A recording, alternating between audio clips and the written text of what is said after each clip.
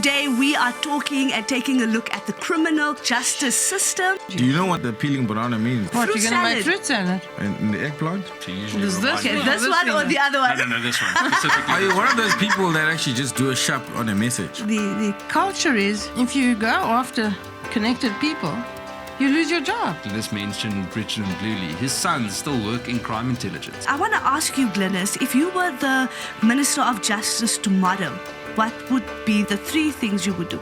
There's quite some things that are very explosive that came out of it.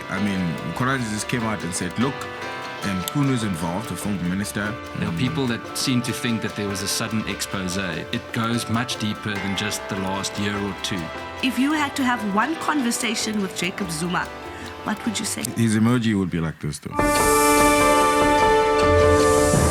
Yay! Welcome to a special podcast. My name is Nazley, Sharif. And I'm Nodada. And today we are talking and taking a look at the criminal justice system. And we have with us Glynnis Breytenbach, the spokesperson on justice, and Ian Cameron, the spokesperson and committee chairperson on police. Welcome to the DA podcast. Thank you. So happy to have you here. Don't shout. I'm just excited. I'm just excited to have you guys here with us today because, I think we've had a lot of bombshells, a lot of things happening in the public space, and I think it's so great that we get to speak to you today. But before we get into all of the serious things, I want to know a little bit more about you. Glynnis, how did you get into politics? Everybody knows how I got into politics. I had a fight with the National Prosecuting Authority because they wouldn't prosecute Richard and Bluely. Mm-hmm. They disciplined me. They lost. I left. I was headhunted by the DA, and here I am. Ian, you were a vocal activist, and now you are in politics. Tell us about that. Yeah, so it wasn't the plan. I keep saying it felt very weird to put on a political party shirt at the beginning. And then sort of similar. I had a fight to a certain extent. Well, actually, he just fought with me, with the police minister. Had been working in that space for about 11. Yeah, Don't shut up. Don't shut up. And literally it was about 10 or 11 years in that space, and then also approached by the DA and got involved, and now in Parliament. Being in Parliament versus being an activist, how has your life changed? No, it's. I think in terms of the work, you've got access to more, so you can easily do both sides. There's a part of the activist work that you can still do. Sometimes it's a little bit more difficult now with the chairperson of the as a portfolio committee chair. But generally speaking, I think you've got access to more, and I think you can likely have positive influence on a higher level. Usually you would have focused on micro issues. Now you can do a bit of both. I think the biggest challenge that we have is to get to everything in time. But are you still in touch on the ground? With the people that you used to work with, despite being in Parliament. Yeah, absolutely. Actually, in court again tomorrow, supporting a family of a case in Wynberg. So definitely, and try to be there as much as possible. But I don't think you can really do it if you're not involved. I know if you don't ever get to the ground level issues, you can't really speak about it with authority. So yeah, definitely. All right. Yeah. And Glynnis, you've been in Parliament for quite a while now. What is your experience like being a parliamentarian? Well, it's a mixed experience. The aspects of it that I really enjoy, the committee work the legislative work is great. National Assembly less so. Especially. What do you feel like that? Especially yesterday. Well, sometimes the level of debate is somewhat disappointing, and it often seems that people are more interested in, playing games than getting real work done. Mm-hmm. When there's a real opportunity to get work done, they don't seem to want to do that or grasp that opportunity. So you don't love the theatre. So I don't enjoy it. Well, I don't think it's theatre. More like the Lampoon show. But yeah. So committee work I enjoy very much. Legislative work I enjoy very much, and I enjoy being in my constituency. Mm-hmm. Yeah. Yeah. Now, apart from your work in politics, what do you like to do outside of politics? You sure you want me to answer Yes, that? absolutely. Okay. So I like watching sport. I like tennis. I like to watch tennis, good tennis. Golf. I like to watch golf. I like to play golf. Fun. Everybody knows I like animals more than people, so I like to spend a lot of time with I animals. don't blame you. I'm sure you don't like being here right now then. You're quite right. And you're quite right. I think animals are much nicer people than people. And I like to spend time with my dogs, and I make no apology for that. And that's what I like. Just to out do. of interest, do you have favorite like tennis players or golf players? I That's have favorite tennis players. Yes. What is that? Well, my favorite tennis player was Rafa Nadal, but now he's retired. My current favorite tennis player is Yannick Sinner. Oh, okay. Interesting stuff. So, because they have good manners. Okay. And that's important. And your dogs have good manners too. My dogs have no manners. They're dogs. They're allowed to have no manners. You know, while I was preparing for this podcast, I was thinking Glynnis loves dogs. So what type of dog would I be if I were to be a dog? And immediately I thought maybe a Chihuahua, because I'm always yapping, or a Golden Retriever Bax, because I'm just excited to be here. What dog would you be? Me a Chihuahua just now. What dog would you be in? I don't know. I think what dog would I like to be? Maybe a German Shepherd, something like that. Yeah. Okay, police dog. That's yeah. what we call them. That's what we call them in our community. Like Yes. police dogs. Yeah. We don't know the different names actually. In fact, I've got a different experience about dogs completely because I got bitten by one when I was 6, and ever since then I've just like stayed away and ran away from it. I was terrified of dogs. You must come visit my dogs. Oh please. my God, Glynnis, I can. I'd never step into you. My dogs are very fussy. They won't bite you. Are you sure? Yeah. Okay, then I need to face my fears. What do Very you think? picky. They won't bite you. I I'll was face also my fears bitten when with I you. was 6. A burble bit me right. Oh, What were you doing with your face in front of a bulbul's mouth? Well, I was, my neighbors at that stage, also little boys, we would climb over each other's walls to go Oh and my visit. God. And I climbed over, and we always played with the dog. He was still very young. He wasn't aggressive, actually. He was playing, and he jumped up to me, and he just gave me a... At least that's a safe spot. Mine was 6 centimeters away from my eggplant, but we'll unpack that later. That explains so much. I understand so much better now, Beck. So much better. It's okay. I forgive you. Speechless. I actually don't know what to say. Okay, so we've got a few dogs. Bax, do you know? I don't know any type of dogs. As like I said to you, like honestly speaking, I've very stayed away from dogs. Yeah. The only know is common names of dogs in our communities. Maybe I'll just choose one name and just to be. Let's part of see it. what you say. Let me think about it. Danger. Those are the name of dogs that we have in our communities. I think Bex would be a good Great Dane. Yeah, I think so. I think so. And you, Glynnis? I would definitely be a German Shepherd or an Australian cattle dog. Okay, so we've got two German Shepherds, a Chihuahua, and Danger. Yeah, I'm Danger because, I mean, my eggplant, guys. I'm just saying, but, like, and I want us to maybe chat about that. You're because, slightly damaged eggplant. because 6 years we were sitting through Judge Meninge's hearing, and some expert came and gave some chat about different emojis, which is something that I found very interesting, how somebody can actually become an expert in those with peeling bananas and winks, and I don't know what you guys think about that, but I think it's weird that somebody can be an expert in I emojis. don't know how you get paid for it. I would love to get paid for that. So there are lots of things you'd love to get paid for. It's not going to happen. Yeah, but I mean, maybe we should go through each other's phones. Especially not with emojis. Let's see what emojis we are using and call the expert to tell us about it. No, don't look through my phone, guys. Maybe Glynnis. Which ones do you use? Very boring. Either angry or laughing my ass off, and the whiskey glass. Oh, okay. Ian, emojis, which ones do you like to use? Lots of smiles, lots of shops. Yeah, even me, lots of shops. Yeah, and I usually have a pointing up to remind someone of something, or someone sends me the pointing up to usually Is remind this me. Okay, No, this this one or thing. the other one? No, this one specifically. Are you this one of those people that actually just do a shop on a message? Yes. I hate that so much. I am that So person too. I always felt want to. neglected when someone Yeah, just I sends feel me like you're shop. just like. You get send off a my lot of face. these to remind them. Yeah. I'm sure you get a lot of these. I do. But those on social media, not on WhatsApp. So it's only shops for you, Nat? Yeah, so I use a lot of shops. I use a lot of smiley faces. So when I say hello, I use a smiley face to somebody. You know, Why? because sometimes tone isn't really. You can't read tone on a message, and sometimes you just need to soften it with You one can or if two you're images. careful. It's like when someone just responds with an okay, it breaks me. It's better But than you a K. sending sharps, that's even worse. Yeah, I send sharps. Yeah, Like, but it's I quick, don't it's like that. easy. what's on? But if someone just sends okay, What is that? What's wrong But with maybe that? let's I don't know, I feel neglected. maybe let's call an expert to God, men are so decipher what needy. exactly do we mean when we Yes. say different emojis. Yes, and But then yeah. put that one where the head explodes, because that's how I felt when you told me about the expert. Yeah. Mind blown.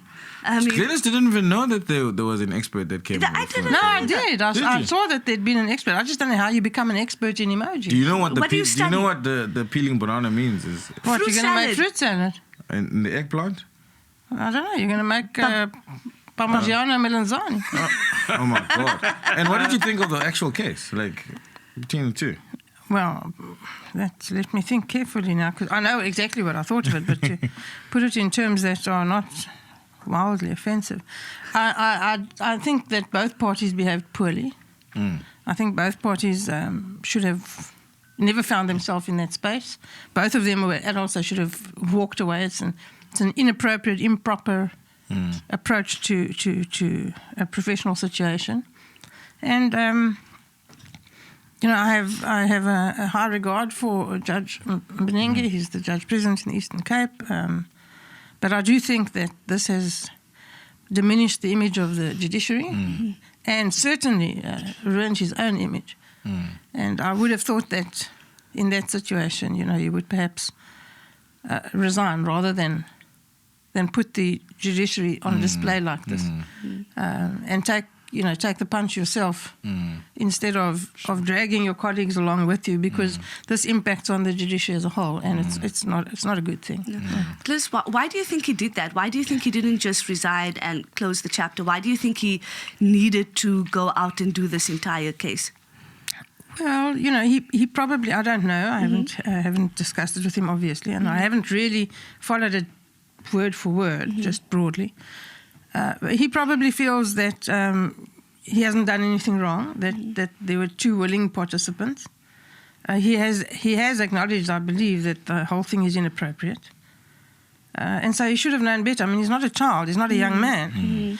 And he's not just any man. He's the Judge President of a division of the High Court of South Africa. You know, you expect a higher standard from somebody like that. And in my view, he hasn't met that standard now, disappointingly. And so he's a lifetime of service in the judiciary, a lifetime of being a good lawyer, a good judge, has now been effectively ruined by this silly Emojis. dalliance with eggplants and bananas, you say. And peaches. Yeah, and you know, it's inappropriate. He should never have found himself in that position. He also said some things in the cross-examination that I found, you know, a little concerning. So, you know, stuff like, I think at one point he said, of course our men have needs. Oh, what the hell is that? I mean, what is that? This is the 21st century. What is that? So I didn't like that at all. I think it's problematic. But, I think he probably feels that there were two willing participants, that the blame's not his or his alone, and he wanted to prove a point. But At the expense the of. point comes at too great an expense, in my view, because it impacts on an institution that is respected, should be respected, is required to demonstrate behaviour of a higher standard than just the ordinary, and he's destroyed that not only for himself but for the bench as a whole. You know, and now the same, you know, institution, and I mean, Ian, obviously with you as well, is now going to be inundated with, you know, what has been explosive about, the Provincial Commission of KZN, you know, Mkhwanazi's expose, basically, of not just the South African Police Service, but, you know, accusing prosecutors and so on, and politicians, judges, and so on, and that's magistrates. something that's something at the fore of both both your ambit, and what are your thoughts on that right now? Yeah, so I mean, it's not. I think a lot of people choose sides very quickly. So they go, "This is a straight fight between good and evil." I'm not convinced. I think it's a much deeper thing. I don't think you should try and line up two opponents against each other. There are lots of loose ends around it. It's totally factional. It's been building up for many years. I mean, Glynnis mentioned Richard and Mkhwanazi. His sons still work in crime intelligence. So they're still there. In fact, And not only his sons, other family members. yeah, I think his ex-wife and his wife are still on the payroll Lovely of affair. SAPS. Not doing a real job and imported into positions that other people have worked their lifetimes to not even achieve. Exactly. And these acts were like floated in at the very And top. his son, the irony of it all is his one son runs the grabber team, the grabber unit, exactly what they were accused of in 2017 for abusing funds to buy a grabber and to tap phones and the whole thing. Richard and Mkhwanazi's son runs the actual unit that What's works a with grab them. What's unit? grabbing? It gives you a way of gaining information from phones. So all of us are sitting here, and we can pull certain information from that phone, or from the phones in that So specific. if you're in a close enough range, you can either extract information or you can listen in on conversations, You or you remember can follow the phone. The NASRAC 2017 ANC conference, there was a whole scandal around that for buying the grabber for the ANC For that conference. conference. So they used SAPS money to buy it, and then they could determine who's voting for who, For what, yeah. who's on whose side. And you etc. remember in 2017. Parliament, one opening of Parliament, we couldn't. Yes. Yes. We had no They signal. blocked the signal, They used that thing to block the signal That's in the madness. National Assembly. That's so madness. nobody could access anything on their phones. So is it like an app or is it? No, it's a very expensive It's a piece of machine. equipment. Machine. Yeah. Wow, I just learned something brand new. But the thing is now you have Richard Mkhwanazi's son still there despite everything. I mean, what Glynnis just said is enough to clean up the whole rot, and that didn't happen. And it's all about getting access to the Secret Service fund, because if you've got that money, you can run an election. If you've got access to the COVID fund, it's So what your do own you guys? personal bank account. There's quite some things that are very explosive that came out of there. I mean, Mkhwanazi just came out and said, look, Kunu's involved, the former minister. There's this guy called Mkhwanazi that he says he does not know, but then he actually does know who the guy is. It's his comrade, and he's linked to Kat Matlala, the guy that was arrested. There's now Molefe, who's linked to killing even of celebrities, DJ Somebody, and and other 10 people. high-profile cases. There's a lot of explosive stuff, and he said some prosecutor. And Kenny Kunene. And Kenny Kunene. Oh my goodness! With two watches. Kenny, that one is apparently was taking some young journalists to do invest. I just want to As hear a your whole thoughts on that. MMC. It's just And according madness. to me, there was no journalist. So just by the Obviously, way. there was no journalist. And we all know there was no journalist. Why would he be transporting a journalist? What's he, a taxi in his spare time? He's an MMC of Depends transport. which Maybe he watch was. he's wearing Maybe he was actually doing Does his. he run an Uber service Oh, in it his was an MMC downtown? of transport, so maybe he was actually doing his MMC. delivery job. Maybe. But aren't those guys actually supposed to be driven if they're MMCs, right? So why was he going around driving a journalist, really? And driving himself, That shouldn't be the only thing that bothers you about him. No, it's not. It's not. So just your thoughts on those things, man. That's explosive stuff. Obviously I hear it's factional and stuff, but that on its own, Well, South Africans worrying. back to the emoji discussion first. not directly the emojis. Oh, you want to go back to the eggplants? Okay. No, the peeled banana. But if you just listen to the whole story around one judge and actually bringing an entire department, an entire a level of public service that should be held to a higher standard. It's very similar with the police. It should be held at a very, very, very high standard and actually a higher level of integrity. And what General Mkhwanazi said, whether people are on his side or not, but the entire thing has torn trust, any form of trust, especially in senior echelons of SAPS, to pieces. It wasn't really a lot to start I off was with. just going to say. Well, exactly, what was left, so if any. So, and if you listen to the doubt that was cast among senior people that have actually dedicated their careers, and you listen to the doubt that they have now about the stability inside the service, then you realize how serious it is. And we're already seeing movement now with arrests happening and so on. But to me, it it goes much deeper than just the last year or two. There are people that seem to think that there was a sudden expose. This has been building up for many years. We're talking about the Zuma years exactly. and you know, the preparations for state capture. Exactly. And don't underestimate their involvement in this. So those that are accused are also not innocent, in essence. Possibly. It's very hard to tell who's innocent and who isn't. But I mean, it's your guys' responsibility to go and prove it got to now. find Figure it out, As part of the ad hoc committee, you have to go. No pressure. Yeah, let's talk about that a little bit. Glynnis, when I watched the press conference, I was pretty shocked to see Mkhwanazi standing there with, police for masks, guns, and it was a little bit scary for me living in a democracy to see something like that. What was your thoughts? Well, I thought it was inappropriate. He has many avenues. He can access almost anybody. If he had these issues, he had many other avenues to use to air these views of his.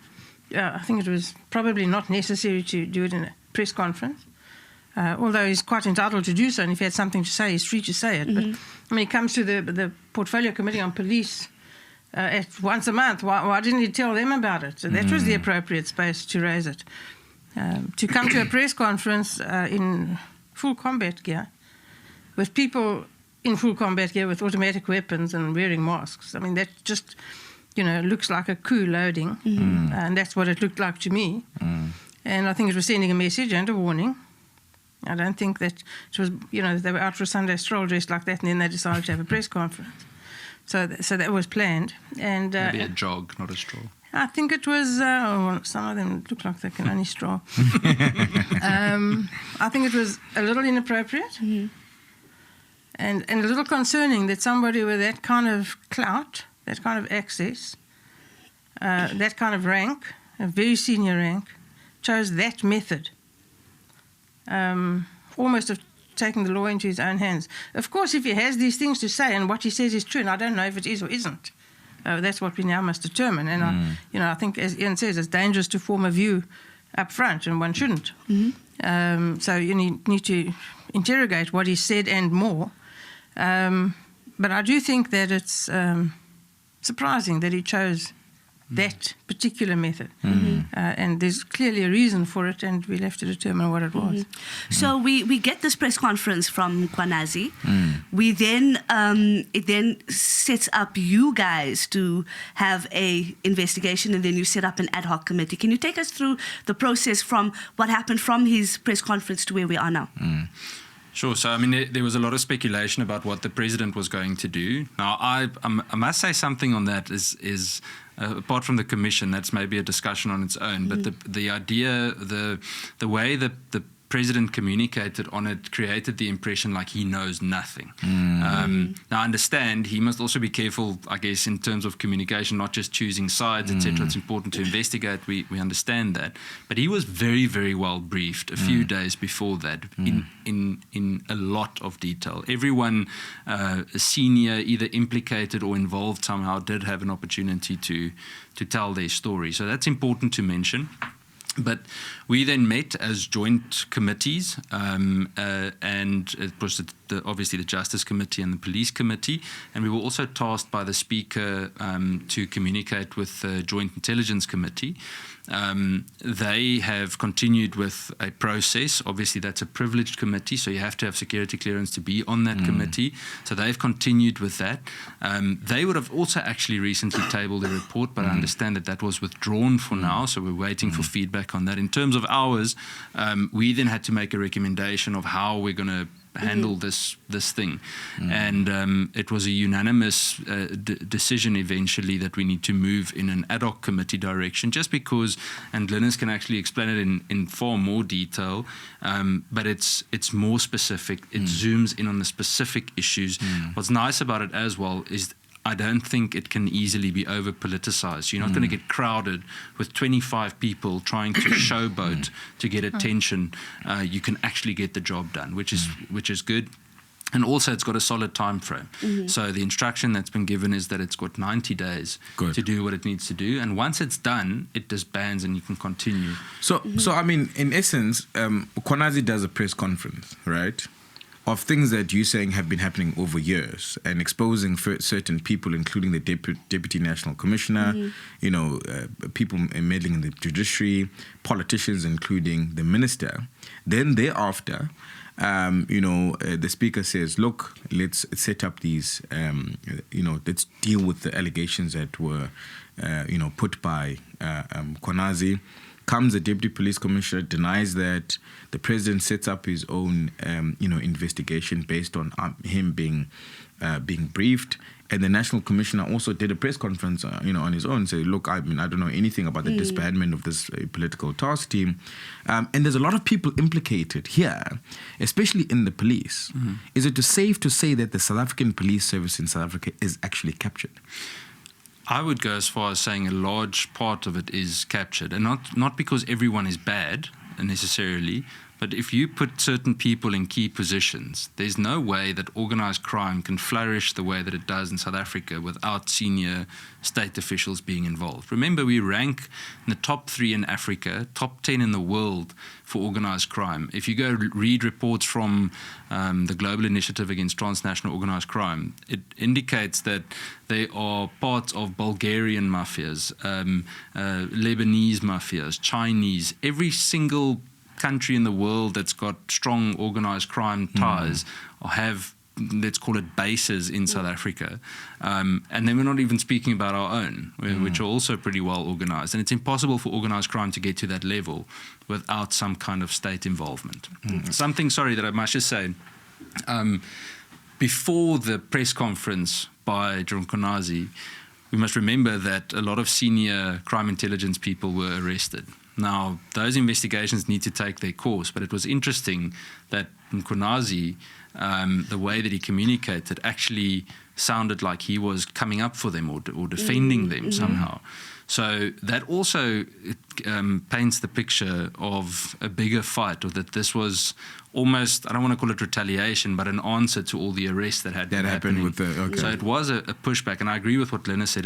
There was a warning. There was a warning that we're not going to go down without a fight. Okay. But Glynnis, we can't just take everything that people say at face value, especially if the evidence or the accusations haven't been tested. You should never do that thing. So a part of first, can you explain what an ad hoc committee is? Some people might not know what that is. Well, it's a committee that's set up by Parliament for a specific purpose. So you'll recall when the Nkandla scandal broke, there was an ad hoc committee in Parliament in the 5th Parliament that dealt with Nkandla. So the Nkandla ad hoc committee, I served on it with the late Chair himself, and you get a specific brief. You determine your terms of reference, and once you have those terms of reference, that's what you investigate. You have a specific time frame, so it's not an open-ended, never-ending saga. But the big benefit is, you can subpoena witnesses, you can subpoena documents, all of those things. But it's a much smaller committee. So we had 2 meetings with police and justice now to find consensus on the way forward, which is the ad hoc committee. But of course, the 2 committees, there's so many people. Yeah. And everybody wants to speak. And you know how it is in Parliament. They start off by saying, I'm covered by the previous speaker, and then they repeat everything. So a meeting that could and should take an hour ends up taking 3 or 4 hours. And that way you don't make progress and you get nothing done. You don't get down to the nitty-gritty, to the points of the issue. So an ad hoc committee doesn't have that problem. There's it's a proportionally represented committee, so the numbers are prescribed, and then you operate within the 4 walls of the committee. There's nothing extraneous, so you have to concentrate on the job and get the job done. So that's important, and then it makes things, and of course then you make findings and a recommendation, and it goes to the National Assembly. Yeah. So Glynnis, this ad hoc committee that you guys are now serving on, is this the place where you're going to look at the untested evidence and look at those things? Yes, well, I don't determine the terms of reference, and the committee will now be constituted. Parties will nominate their representatives, and then we'll sit together as a committee. I hope that I'll be able to serve on it. And then, we determine the terms of reference, and then you decide as a committee, you decide what you're going to do. Everybody will make inputs, and then we'll set up a program, and then you work according to that program. Of course, I assume we'll want to call witnesses, hear all of the implicated persons and anybody else that they think we should hear from, look at the documents that are necessary to look at. And, of course, famously, in the Nkandla ad hoc committee, we went and did an in loco inspection of Nkandla, which was, eye-opening. Such an expensive residence. Yeah, fire pools that were really a very ugly swimming pool. Really a very ugly, in the shape of a ship. I mean, it just makes no sense. Yeah. But saw things there that so clearly demonstrated the gross abuse. Mm-hmm. And I'm sure we'll find the same thing here. There will be some instances of gross abuse, like we know what's happening in crime intelligence.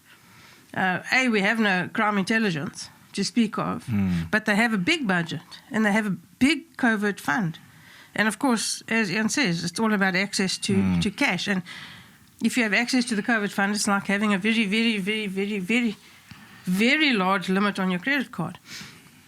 And that's how they use it. So, there'll be a lot of things that will come out in the wash. And one thing leads to another, but it's not an open-ended process. So, it's a finite thing and you have to concentrate on the issues and get it done. And at the end, you have to produce a report and it goes to the National Assembly. Yeah. So that's how we'll deal with it. Ian, as a South African citizen, sometimes we lose hope in these processes.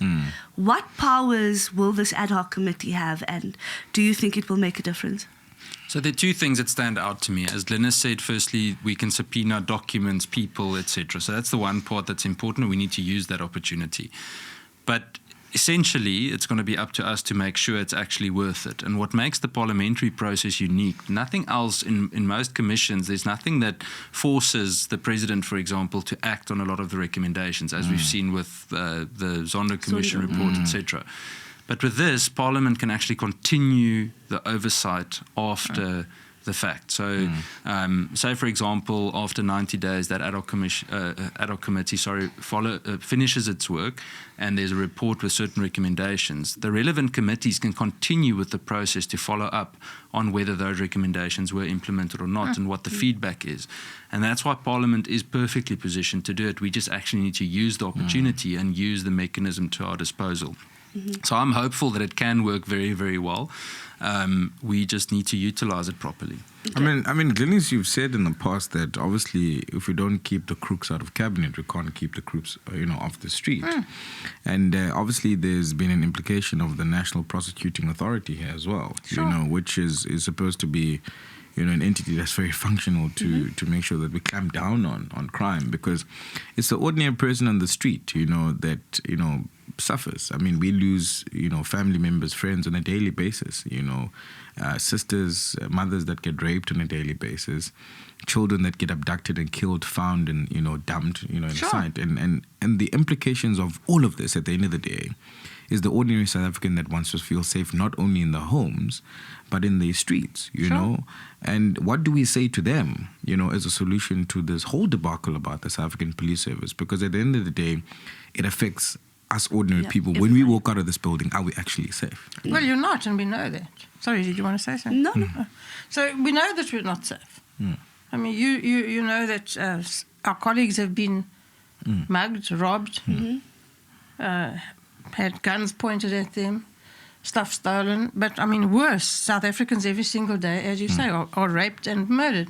You think back to that old lady in Butterworth, 102, who was raped and murdered. 102. Who does that? And are there any consequences? Well, you need a functional police force with integrity to carry out investigations, because prosecutors are not investigators. And then you need a functional National Prosecuting Authority with integrity to prosecute the people against whom there is sufficient evidence, to decline to prosecute people against whom there is not sufficient evidence, and not mix up the two. And then you need a functional and competent judiciary with integrity to hear those matters. And then you need a functional correctional services department with integrity to to rehabilitate those offenders that are sent there. And so the criminal justice system is a conglomeration of units. And it's no good fixing the police. You can have the best police force in the world. If we have a rotten NPA, it's pointless. It's no good fixing the NPA and you have rotten GCS. It's pointless. It's no good fixing all three of those, but your judiciary is corrupt. So we need to ensure that the criminal justice system as a whole has integrity. Yeah, so that we don't find people like Thabo Bester out. Exactly. Again. Nobody lets Thabo Bester out. Nobody allows the Guptas to leave the country. Nobody allows people to not be prosecuted and dockets to get lost and investigations to take forever for some people, and for other people it happens overnight. You need integrity. The process of the criminal justice system needs integrity. It's the most important element of the criminal justice system. It's got to be, everybody in the criminal justice system has a lot of power. And when you have a lot of power, you have to use it very carefully and with absolute integrity. There's no other way. And what's the purpose of in the National Prosecuting Authority? Like in simple terms, for like the ordinary person to understand that when somebody's arrested by the police, what exactly happens to them and where do they go and what's the role of the NPA and how do they end up in court and how do they end up in jail? So a crime is committed. It's reported at a police station. Then the police take statements, and then they look at those statements and decide where the jurisdiction lies. And then in the area of the jurisdiction, they will investigate it. So, for instance, we often lay charges here in Cape Town. I laid charges against Minister Similani a while ago, but it's being investigated in Limpopo. So they take it here, but they send it there. And then every now and then I get an update from them. So it goes to the area of jurisdiction. Then they investigate. The police investigate. They do a preliminary investigation, put together a docket and take it to a prosecutor.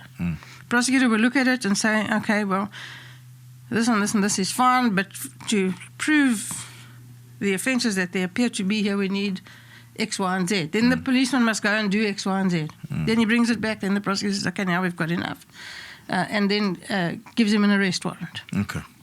Then you go and arrest the accused. The prosecutor, they come to court.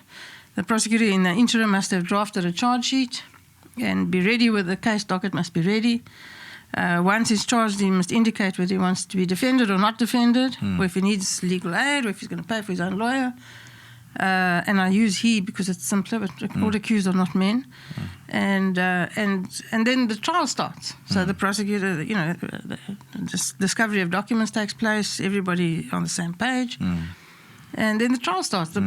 So the investigation is kind of prosecutor-led, and the more complex the case gets, the more involved the prosecutor is in leading the investigation, not doing the investigation, just giving it direction, so that you don't have policemen running around doing unnecessary investigation, and so they only do what's essential, but that what's essential gets done.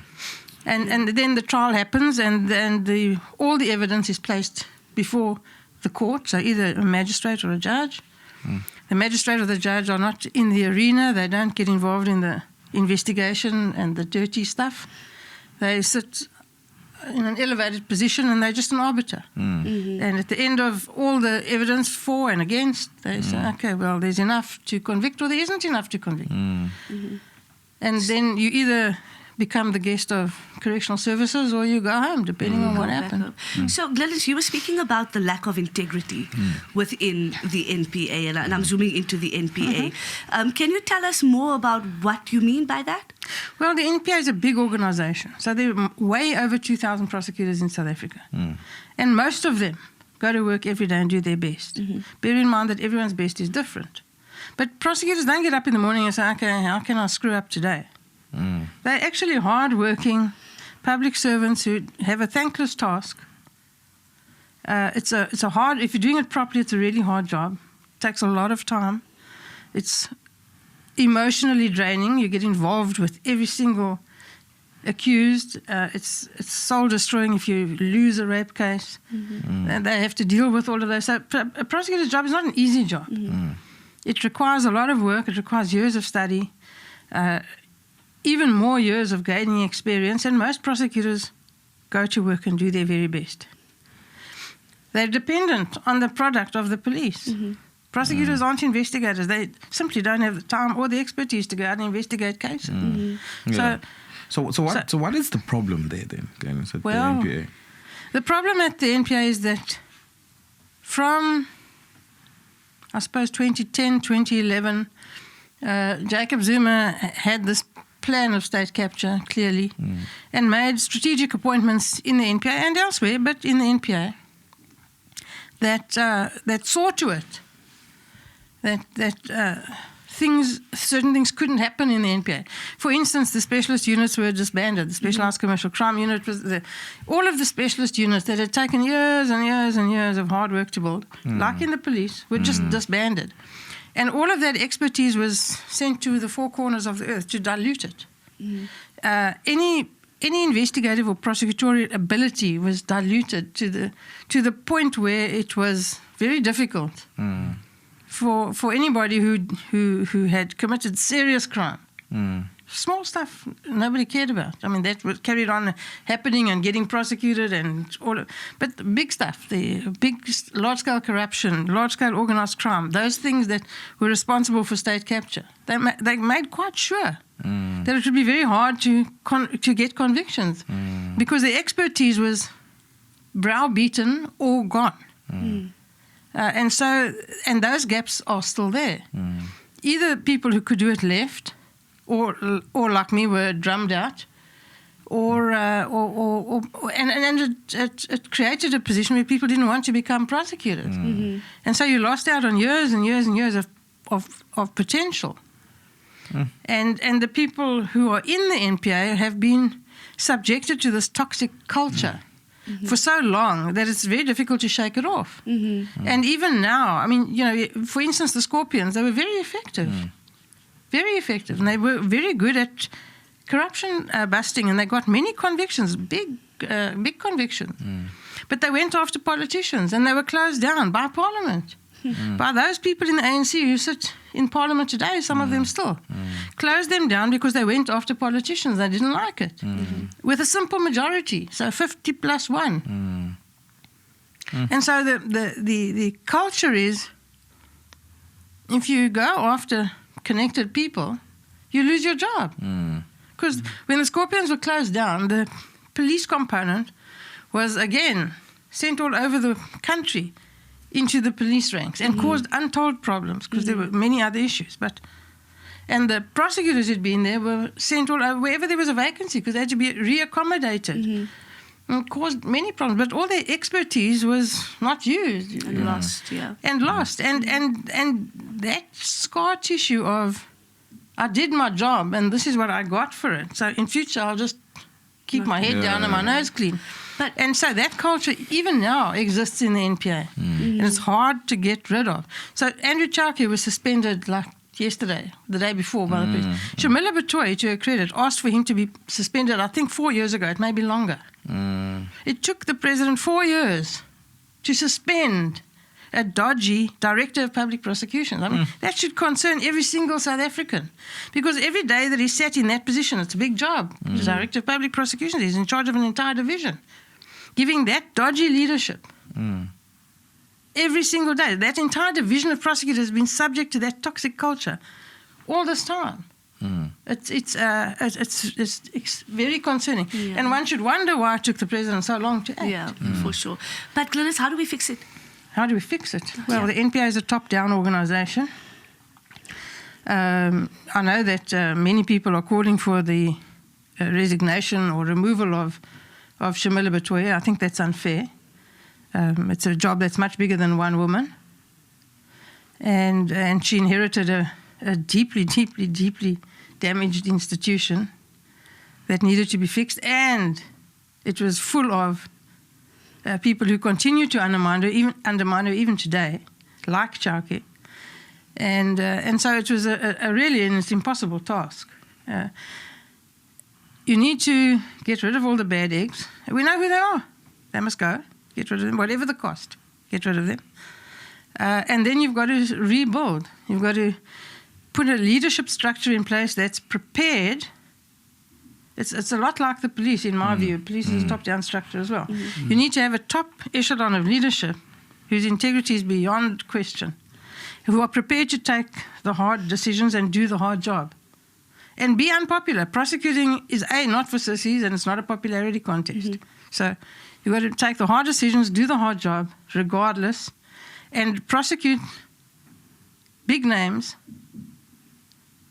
and make sure that you win. You can't afford to lose those cases. So you've got to make sure that the investigation is of a standard, that you have sufficient prima facie evidence to prove your case, and then you've got to go ahead and do it. And then you've got to find people who have the experience and the expertise to do it, which isn't easy. And there aren't many of them left. And the youngsters who are there have had no one to learn from. And so there's a huge gap in experience and exposure.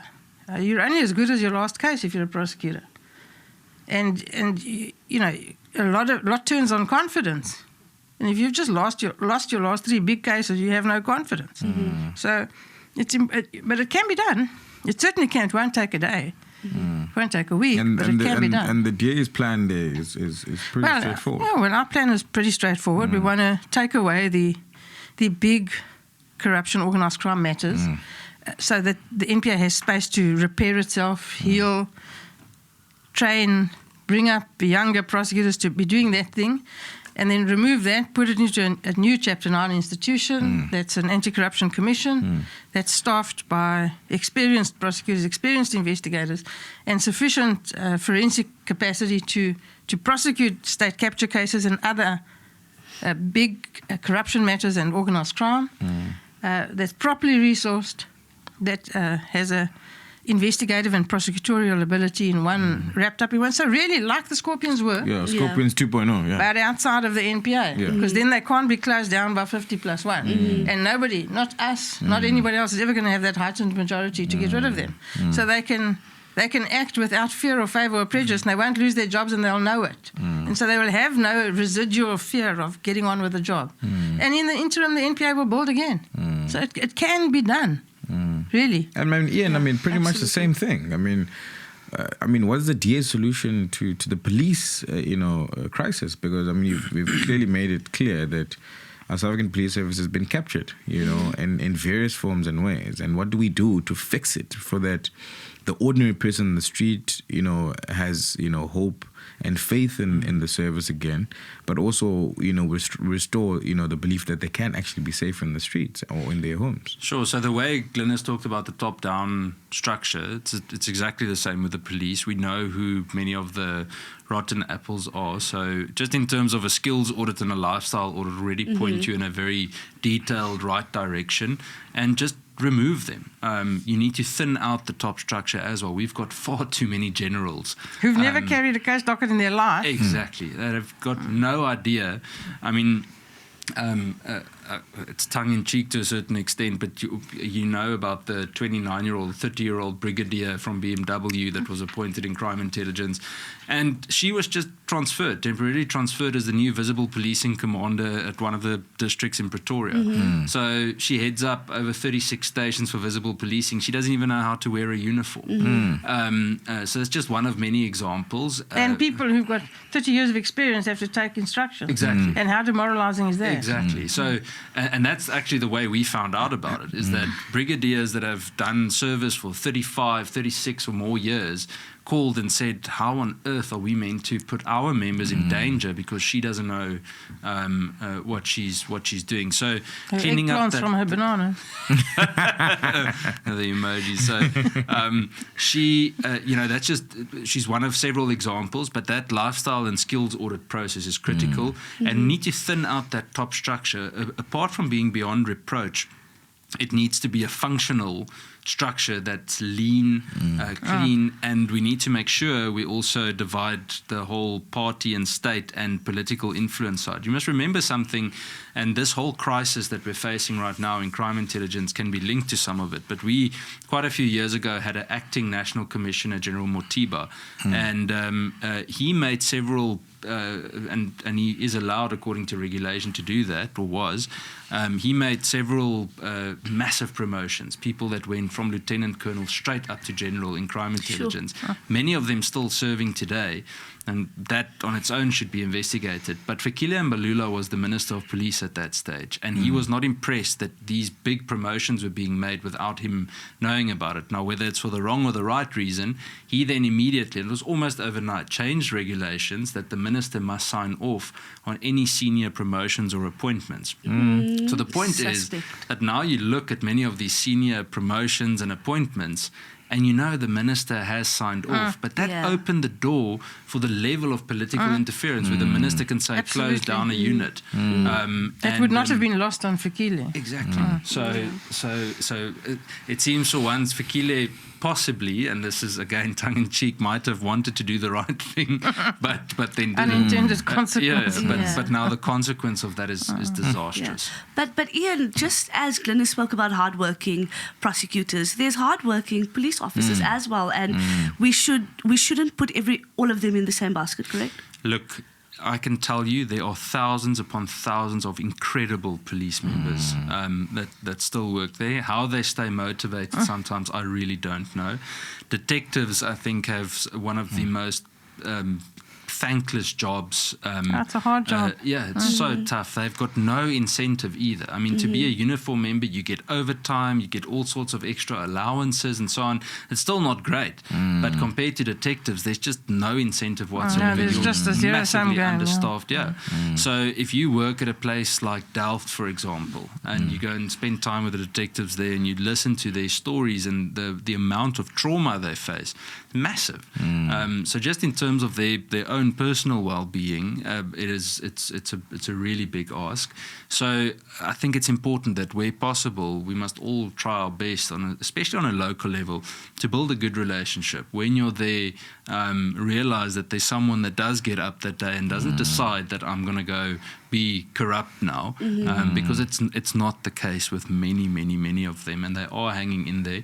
And we should actually be very grateful for the good ones hanging in there, because trust me, things could be far worse than what they are. I mean, also at the end of the day, look, we've identified, all the problems. Top management, people being appointed that have never, carried a gun in their lives or walked the streets. The capture, the corruption, the interference, the political interference by, politicians. What then becomes the solution? Do we decentralize the police service? What do we do? What is our proposed solutions that would actually have a functional, police service that is professional, that actually can do the job, beyond the fact that we must fix the top layer of management. I mean, you're saying detectives don't get enough support. What are we saying about that? So that, when we, sometimes we talk about the problems and we understand the problems fully, like you've unpacked for both the SAPS, NPA, and so on. But what becomes important for the ordinary person in South Africa is, what is then your solution, right? In simple terms, for us to actually get this thing working for our own benefit. So it's two-pronged.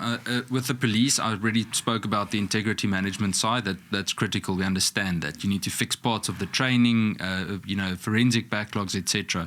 But I think there are two things that could be of massive value. The one is the whole devolution discussion. And I don't say that. A lot of people have this picture where you suddenly hand over all power to, for example, a metro municipality. I say it must be seen as a force multiplier. Let's use Cape Town as an example. Got this massive gang violence issue. The city seizes firearms every single day. They often seize far more than what SAPS seizes in some of these gang-ridden areas. Those firearms are then handed over. The investigation has to be done by the South African Police Service, and somewhere between there and court, the wheels come off. And very often when you speak to a detective, they blame court or the prosecutor. You speak to the prosecutors, they say the investigation wasn't of a good standard. Now, be that as it may, to me, I say, why can't we have, for example, investigators, detectives under Metro Police that can also assist? Now, obviously, they need the relevant training. We need to make sure that the benchmark is the same and so on. But It could be a game changer for the police in terms of their capacity shortage, and it could be a game changer for the people. Essentially, the people are going to start seeing a difference. We will see better convictions, etc., on some of these crimes. Why can't the city, for example, do ballistic testing on their own? Sure. Something that simple. We can go to UCT, DNA for Africa, Vanessa Lynch. They have got the most remarkable work that they've done in terms of the morgue in Cape Town. The amount of people, it sounds horrible when I speak about it in a desensitized way, but the amount of bodies they process compared to some of the state morgues is in a different league. Why not pull universities in and say, please play a role in terms of, I don't know, DNA processing, whatever it might be. The point is just through universities and parts being decentralized, like, let's say, firearm-related investigations as a start, could be an immediate game changer, because even if we had all the political will in the world in SAPS, the budget at the moment doesn't allow for massive amounts of people to just be appointed overnight. And that's the last part. We need to stop with the idea that we're just going to throw more uniforms at the problem, because it's not going to solve it. I want to be able to eventually see that when crime stats are released, you would like the Minister of Police, the Minister of Justice, Constitutional Development, the Minister of Correctional Services sitting there, and they don't just say, these are the statistics. They should say, these are the interventions that we've done. This is what we've picked up that's worked or not. This is how we've integrated part of our strategy. We're not working in silos, because at the moment it's extremely siloed. Yes. And immediately you will likely see people gain more trust, because it looks like there's a better plan. There is inclusion of the different, because exactly as Glynnis said, if those things don't work together, you can forget it. No, if you can't fix them all, you can't fix one. Absolutely.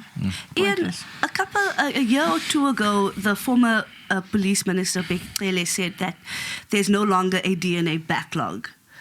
He's a liar. He is indeed. And then we look at stuff like toxicology reports that can take up to 10 years to come back. As you know, there is a case in Gauteng that we're working on. Can you speak to us around the backlog and what the DA would do differently?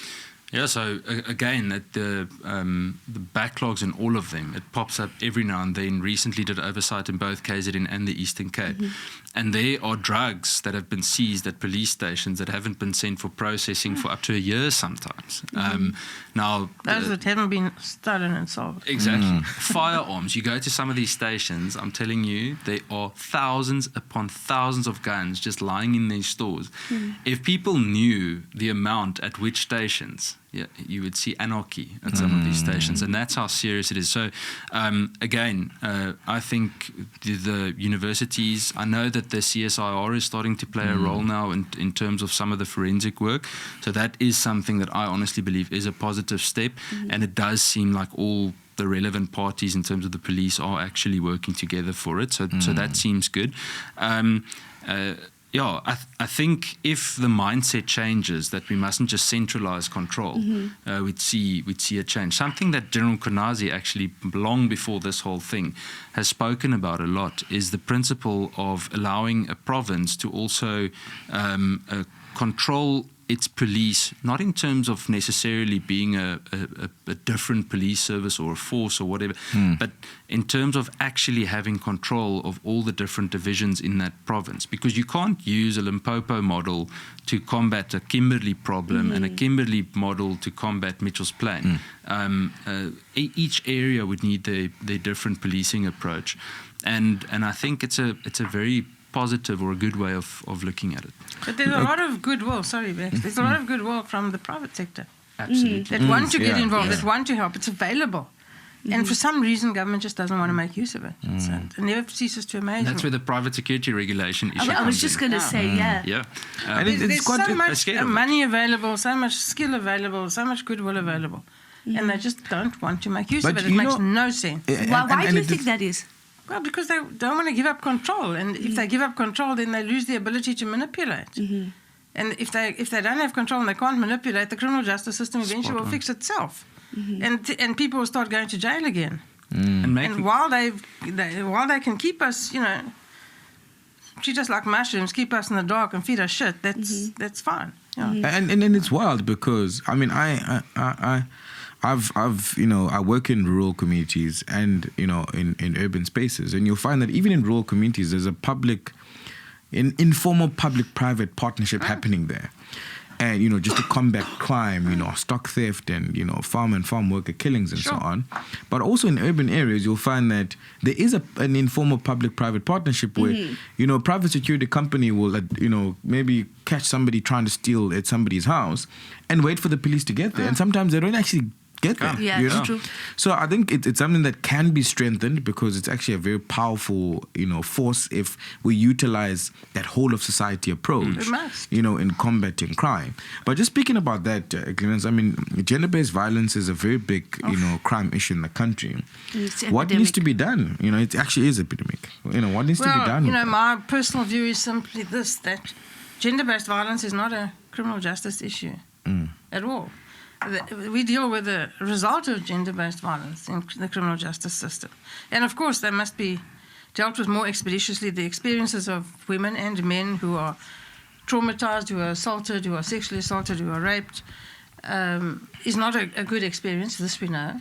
So, from the time they enter the police station to going to court, having to give evidence, all of that is very difficult, traumatic, uncomfortable, unpleasant. It's not a good experience. It's very hard to make it a good experience. But there are things that we can do to make it better. But we need more effective prosecutions, and they can't drag on.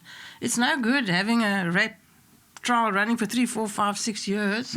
That poor person who was raped has to come back every single time and relive that trauma every single time. It's unacceptable. Absolutely. You can't do it. Yeah. And especially with children, it's so difficult.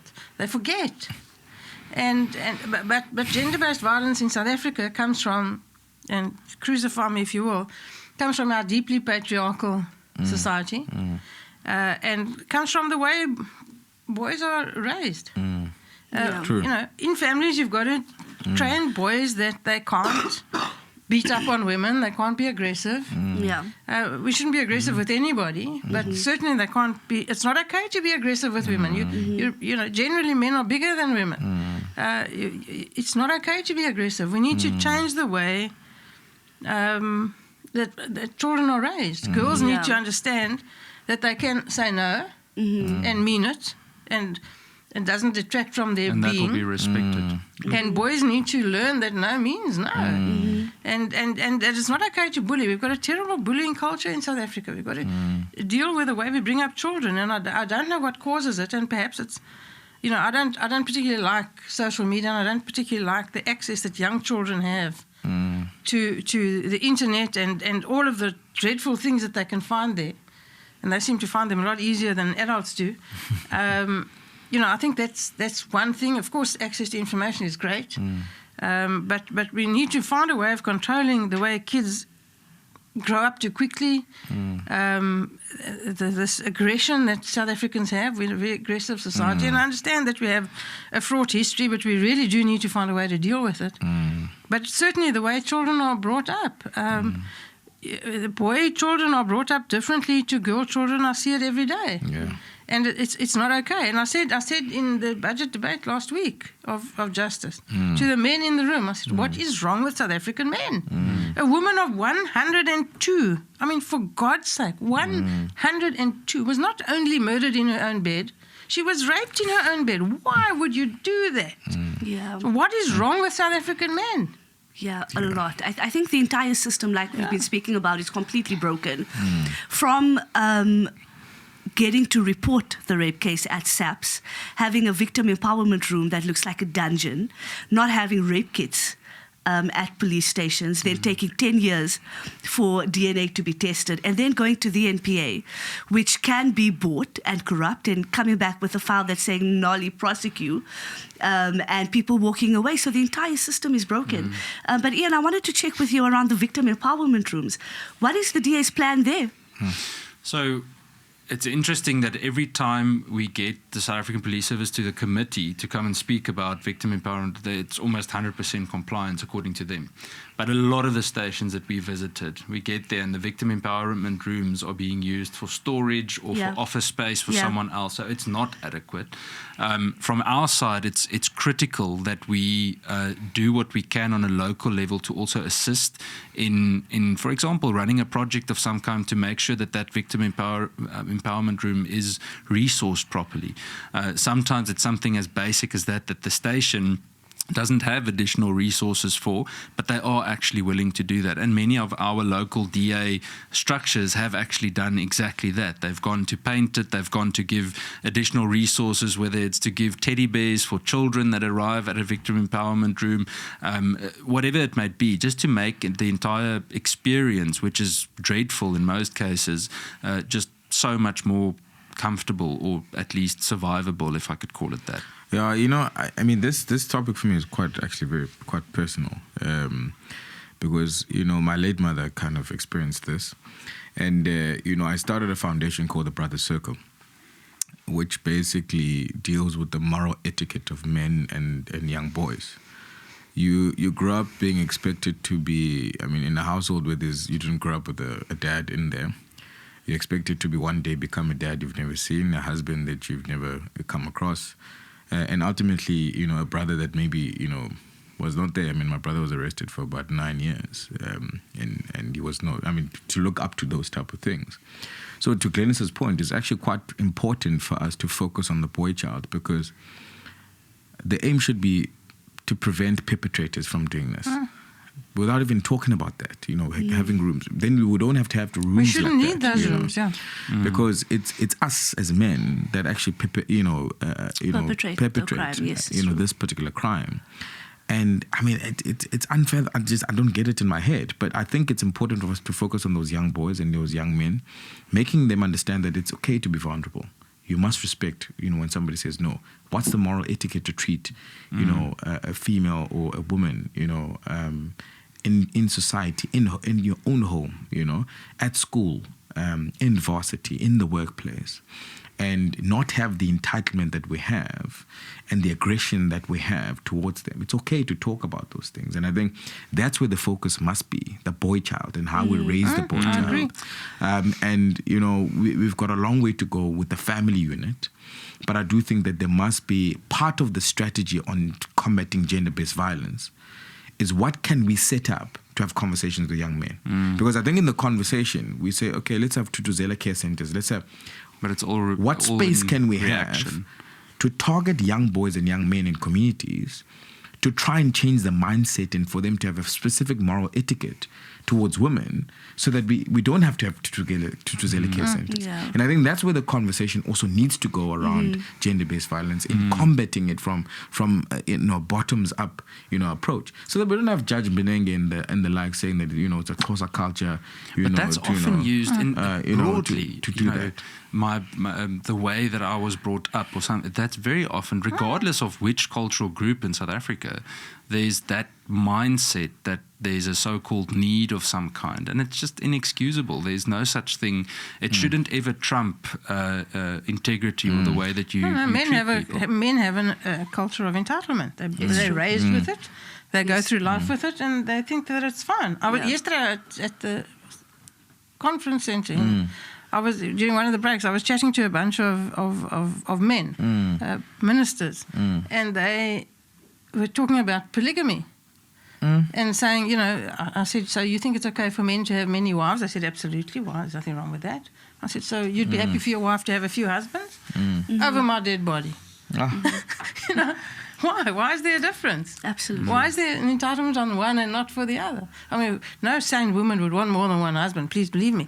But nevertheless, why is there a double standard? And that double standard is perpetuated throughout society on behalf of men. Men have a certain entitlement that really we do need to address. I agree with you. I absolutely agree. And it's been like that for generations upon generations. And at the end of the day, patriarchy affects men and boys just as much as it would affect women. And you covered it really succinctly when you spoke about how the men and entitlement and how they treat women. But at the end of the day, I also think entrenched violence in our society is one of the biggest reasons why this happens. And let's not forget that not only women get raped. men men get get and raped. boys get raped too. Yeah. And so it's not just about how does men relate to women, it's how do men relate to other people in general, and how do we as a society want to be better. But I want to ask you, Glynnis, if you were the Minister of Justice tomorrow, what would be the 3 things you would do? I would fight really hard for the National Prosecuting Authority to be better funded, because with better funding they can make an immediate big difference. They lack resources, not only prosecutorial resources, they need training, they need infrastructure, they need forensic capacity, they just don't have it. So funding for the National Prosecuting Authority. I would do a serious in-depth study of the Master's Office and find out precisely why it is so completely dysfunctional. Fire the people who need to be fired, hire the people who need to be hired, and fix the Master's Office, because that affects so many people every single day. What's the Master's Office? The Master's Office deals with many things, but principally it deals with the thing that affects South Africans the most is it deals with deceased estates, the Guardians Fund payouts for children, that kind of thing, where people are people are waiting for months and sometimes years for letters of executorship. Yeah, you can't finalise a deceased estate without it. Yeah. People are unable to inherit, unable to access funds, unable to do anything because they can't get the estate finalised. And I mean, you go to the Master's Office in Pretoria, Joburg, Cape Town, at 4 o'clock in the morning, people start queuing. Yes. To get in the hopes of being one of the few who get into the door that day. They come back 6, 7, 8 times. It's terrible. It's a service to South African people.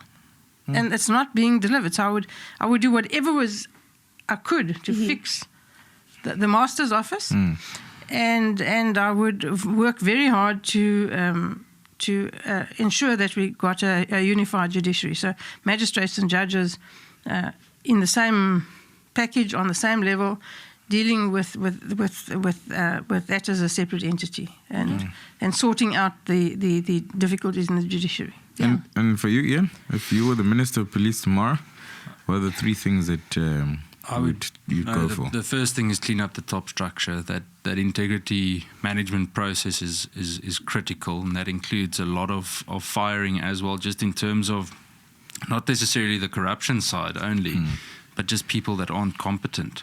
Literally doing a skills audit to determine, even to see if someone can actually wear a uniform properly. I'm saying that jokingly, but that is how serious it is. I would specifically look at a disciplinary unit, a dedicated disciplinary unit, to ensure that we don't have this disciplinary backlog. I mean, there are people that have been suspended for 3, 4, 5 years, earning general salaries, and they just indefinitely suspended, playing staying golf. at home, playing golf, that kind of thing. And then the critical part, I think, is restoring that public image or trust by actually transparently showing the results of this cleaning up. It's not something that we can just sit on. Unfortunately, Minister Mkhwanazi went really quiet. He had an opportunity to come in and actually sweep clean. We saw nothing. We saw a new structure. We heard about this political killing task team being supposedly closed. But there was no definite step to say, I'm going to clean up. The perception is always created that, yes, there is some corruption, but we actually just have a resource shortage. We can have all the resources in the world, but if you're as corrupt as some of our senior members in the police are, then you'll never fix the problem. And I think he missed the golden opportunity. And unfortunately, with the allegations now, the way that people are pointing at him actually create the impression that it was deliberately done so, which I also believe could be unfair. But nevertheless, those are the main focus areas. I think if the integrity management issue gets resolved, or to a large extent, a lot of the other things will start to fall in place. Glynnis, after all is said and done, why do you do what you do? Well, I love South Africa. I have faith in South Africa. I believe in South Africans. And every single day I meet unbelievable young people in every province, in every walk of life. Unbelievable young people who have such potential and such a incredible desire to make a difference and to just live a good life, a decent life, contribute, get a job, bring up a family. Good people. So I know South Africa has everything. It's a terrible cliche, and I think it was coined by John, I'm not sure. But there's nothing wrong with South Africa that can't be fixed with what's right in South Africa. Yes. And every single day I see that. And I want to leave this country in a better place, in a better condition than I found it. So that's why I do what I do. That's beautiful. Ian, why do you do what you do? I absolutely love it to win for the sake of justice. It sounds very stereotypical or cliched, but I just love a good fight in that sense, and I really want to make sure that my children have a better space to grow up in. I also don't want them to always feel like they are being blamed for something they had no doing in whatsoever. And I think we've got an opportunity to give everyone that chance. And John actually said it too a while back, that the DA is the biggest organization that every morning has thousands of people that actually get up to go out there to really make an impact wherever they are, whether locally, provincially, or nationally. So yeah, that's inspiring. I love that. Bax, why do you do what you do? Look, I think... What does he do? I think, for me personally, is that we're in the business of trying to change people's lives for the better. I've got a 6-year-old boy who turns 7 in about 2 months' time. And I wake up every day wanting to build a better country for him and for those that come after me. Because we've got a very harsh past, quite a tense present, and we need to build a better future.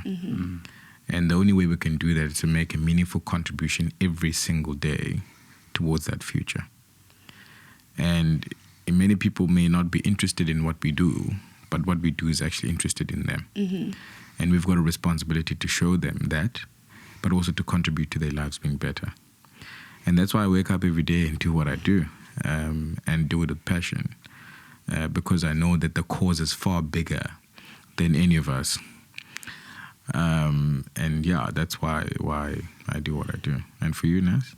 Yeah, very similar. I was born in 1990, so we were just coming into democracy.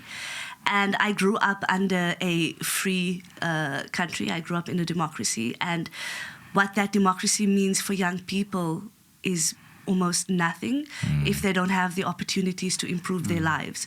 And so I wake up every morning just wanting to make a difference, even if it's just for one person, so that their lives can be better and improved. Because we all deserve to live a life of dignity. We all deserve to have a life of safety.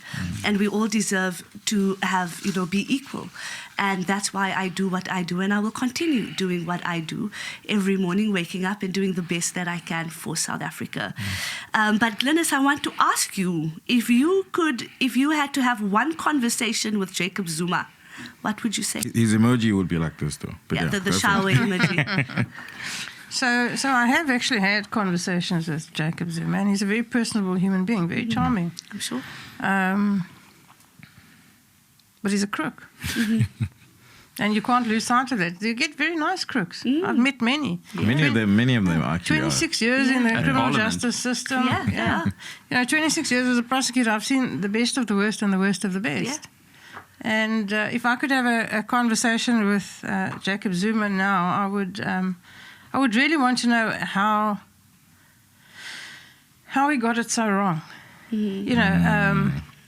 Coming from an organization like the ANC, where they were admirable, they fought hard for a better life for not only Africans, but for South Africans, and they were always inclusive. And how he got to the point now where he's just a caricature. Yeah. We had where you had such an opportunity to make a massive difference for all South Africans, but more specifically for young black South Africans who can look up and see a president who's doing well, who's making a meaningful contribution and who's changing things every day for their betterment. I mean, he could have been such an inspiration, and he blew it for greed.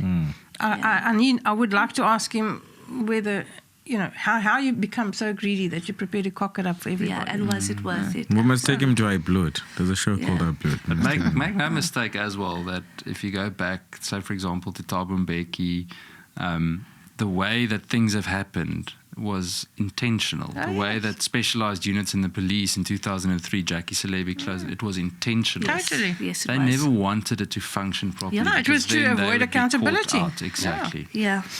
Ian, question: if you were to have a conversation with Becky Cele, apart from saying, "Look at me now," what would you say to him? Just don't tell him to shut up. We have had a few, and we actually debated each other just before the election as well. And the first thing he said to me is, "Why did they put me next to you?" And I said to him, "I'd rather sit on the other side of the hall." But then we just joke about it. There's no hard feelings from my side. I don't know about him, but I guess it's similar to what Glynnis said. He actually had an opportunity. The problem is that, whether intentionally or not, they surround themselves with crooks.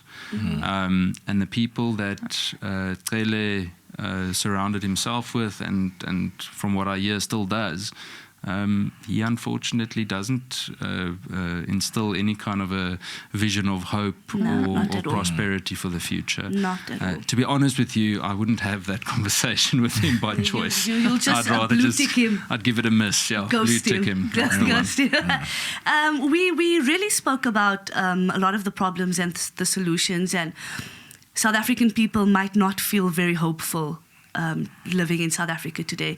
Glynnis, what message of hope would you give them? South Africans cannot not feel hopeful. This country has got such a lot going for it. It's the best country in the world. I'm fortunate enough to travel widely, and there's nowhere I want to be but here. And I'm not here because I have nowhere else to go. I'm here because there's nowhere else I want to be. Yeah. And South Africa has so much potential. And the people of South Africa have so much potential. There's nothing to not be hopeful about. All of this stuff is fixable. Yeah. We just have to fix it. So people must stop leaving the country. The grass is only greener because it's over the septic tank, not because it's actually better. And it's our responsibility to fix this. It's yours and mine and yours and everybody else in South Africa. We need to work together to fix this. Yeah. And they should get up every morning to do that thing. And not only focus on the negatives, of which there are a few. There are many more positives in this country. And if we all work together to make it a better country, we'll get there. And I've got absolutely no doubt we're going to get there. I've never not been positive about South Africa. Yeah. Never. The builders and the breakers. Yeah, well. Ian? We have the most resilient people in this country.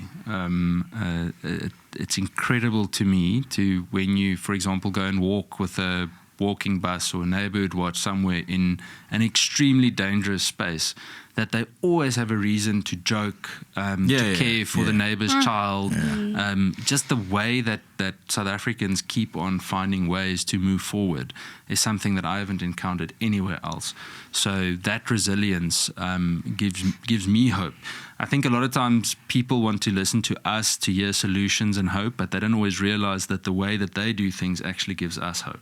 Yeah, absolutely. Thank you so much, Glynnis and Ian, for joining us on the DA podcast. To everybody at home, make sure you like, share, subscribe, and drop your favorite images in the comments section. Let's get that expert to have a look at it. Eggplants for bear. Slightly damaged eggplants for bear. There you have it.